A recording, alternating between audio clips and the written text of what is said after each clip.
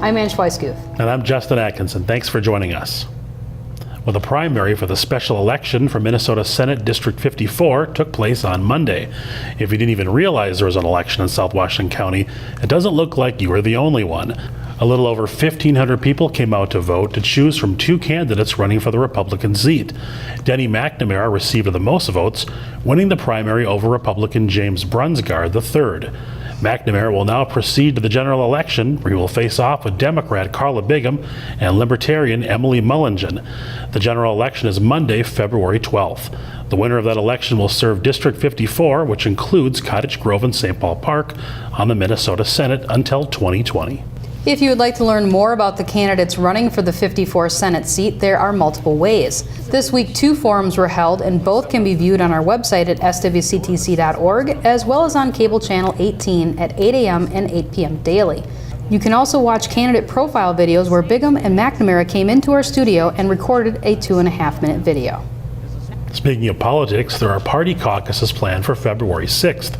Precinct caucuses are meetings run by political parties where participants can endorse candidates, select delegates, and set goals and values. One item on the caucus agenda this year will be selecting a preference for the candidates running for governor.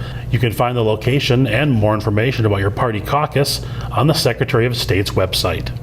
Recently, a new preschool opened their doors in the Cottage Grove community. The owners are local residents Melinda and Mickey Aurora. So I did want to say that we're standing at the new Primrose School. Absolutely excited once again that a local citizen in Cottage Grove, your family, has invested within our community. It is a private preschool that provides premier early education and child care experiences for both the children and their families. School does work to foster great relationships with elementary schools and incorporates character development with its students, building a well-rounded student ready to move from Primrose to actual elementary school. That's what we want here, that we want to build this community up for you, making sure that we have high-level, high-quality education. Cottage Grove deserves it. On behalf of the City Council, myself, our staff, I personally want to welcome you to Cottage Grove and wish you much success in the future, and thank you for investing in our community. 2, 1, there we go, congratulations. You're open. The Primrose School of Cottage Grove is located on the corner of Hinton Avenue and 70th Street. Enrollment information can be found on their website. Well, there are some new winter trails in Cottage Grove. The city has groomed 3.2 miles of cross-country and snowshoe trails at the River Oaks Golf Course. The trails wind through the peaceful setting and is a nice new space to get some outdoor exercise. Fairway number 10 even has some downhill skiing with views of the Mississippi River. There's no cost, but you must bring your own equipment. After hitting the trails, you can even warm up at the Eagles Bar and Grill, which is open on Friday and Saturday afternoons from 3 p.m. until 9 p.m. Minnesota's extremely cold weather can sometimes freeze residential water pipes and water meters. One way to prevent this from happening is to check your fresh air intake on the furnace and make sure it's not blowing directly on the water meter. If you notice that there is a problem, do not close off the intake. Instead, place the hose into a large bucket or curve it up and away from the water meter or any pipes. If you continue to have problems with frozen pipes, please contact Public Works. Even though it's still winter, registration is open for the summer supervised playgrounds in Cottage Grove. This annual program is offered by the Recreation Department and begins June 11th. Each day will consist of arts and crafts, sports, play, and more. The cost is $21 per day or $84 per week. You can register by visiting the city's website. Well, hundreds of brave souls will jump into the icy waters of Carver Lake next weekend. You might be asking yourself, why would somebody want to do that? Well, the answer is charity. Jumpers will raise money for Special Olympics Minnesota. John is on the couch with more info. The always popular Polar Plunge returns to Carver Lake Park on February 10th. With me today is Dan Starry and Matt O'Hara from the Washington County Sheriff's Office to tell us a little bit more. Guys, thanks for being here today. Oh, thanks for having us, John. So for somebody that maybe has never gone to this event, what are they going to see happening there?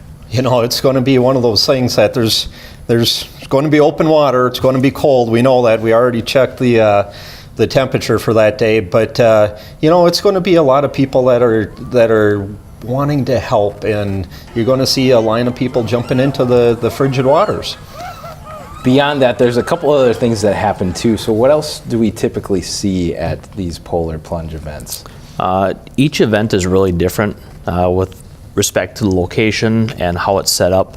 For the Woodbury Polar Plunge specifically, there will be buses shuttling people into the plunge site, which alleviates traffic and the wait. You'll make your walk down to Carver Lake. There's music, there's tents, there's changing areas, and there's a huge crowd, and everybody's very lively and cheering you on. And I know you've done the polar plunge in the past, so what does it feel like when you first hit that water? It's cold.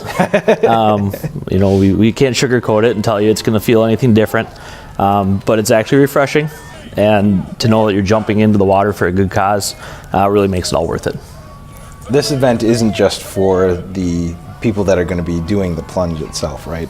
Spectators are encouraged to be there. Absolutely. The more the merrier, right? I mean, we want people to come on down, cheer us on, jumping in. It's my first time jumping in, so I'm excited to do that.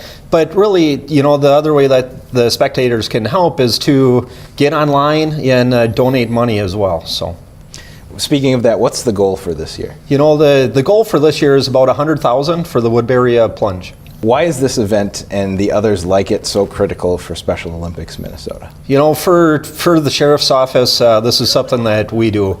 We have a great team behind us. We this is what we do. Our community engagement team is there. Certainly, our deputies like Matt, I mean, they're in it, and they've been in it for a long time. Washington County's had a history of it. And so I think for us, I think it's just getting in there, showing what we can do, help raising money, but that money goes for a great cause for the Special Olympics. It actually helps these athletes with their needs, you know.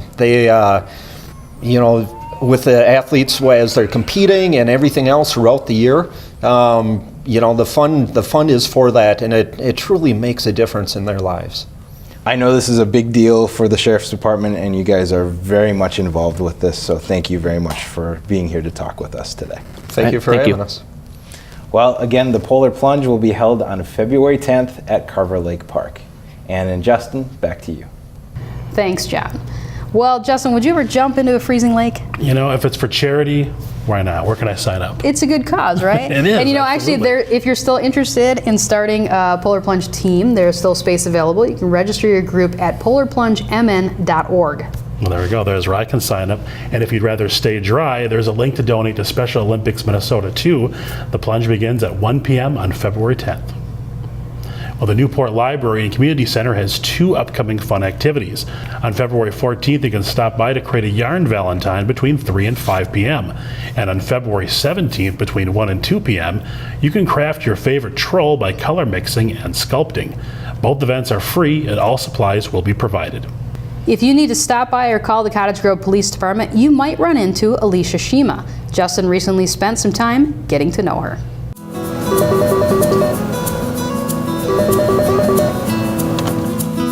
Cottage Grove Police Department, how can I help you? For almost 6 years, Alysha Schyma has served the city as one of the secretaries for public safety. I have lived in Cottage Grove my whole life. I love helping the community. It makes you feel good about yourself and your job. What is it that you do for the city? I review all the ambulance reports before they get sent off to our billing. I also enter a lot of data for the fire department into our National Fire Incident Reporting System. I answer the phone calls that come into the police department, and we also help out with people that come in and have questions or want to fill out a permit to purchase or have to make a police report. We help them out with that. Anything that police related or fire related, I help out with. Working in public safety isn't always work and no play. Ladies, it's bachelor time.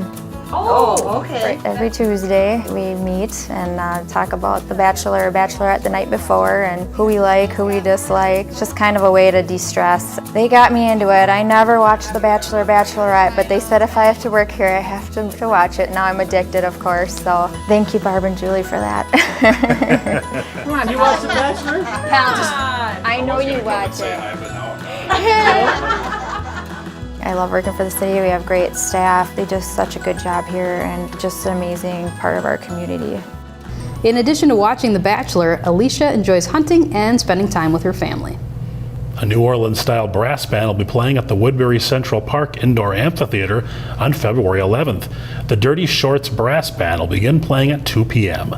The family-friendly performance is free and all are welcome to attend. Now here's a quick look at some upcoming meetings you might want to attend.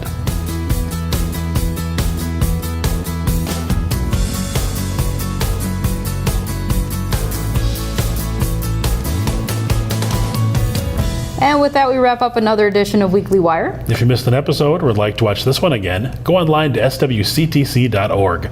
Click on the Watch Programming button found on the lower portion of the homepage, then select Weekly Wire. And of course, you can always stay up to date with us on social media on Facebook, Twitter, and Instagram. Well, Justin, Super Bowl Sunday coming up. That's right. As two Vikings fans, didn't go the way that we would have hoped, but it's still fun for our state to be in the national spotlight right now. It really is amazing to have all those people coming into Minnesota, and they're bringing a lot of dollars with them, and not just to the downtowns, but that's going to spread into the suburbs too, which is really fantastic for our whole economy. Absolutely. And they're also bringing with another cool Justin Timberlake, right? Justin Timberlake, that's right. Oh my goodness. That's right. That's what I'm really rooting for, that halftime show, right? I have an in on where he might be staying, so I might be stalking some places this weekend. I won't be doing that. So Well, maybe we'll see him when he's out and about on the streets, A lot of celebrities, so that's right. we're going to keep our eyes up. That's right. All right, well, enjoy the Super Bowl. We will see you next week.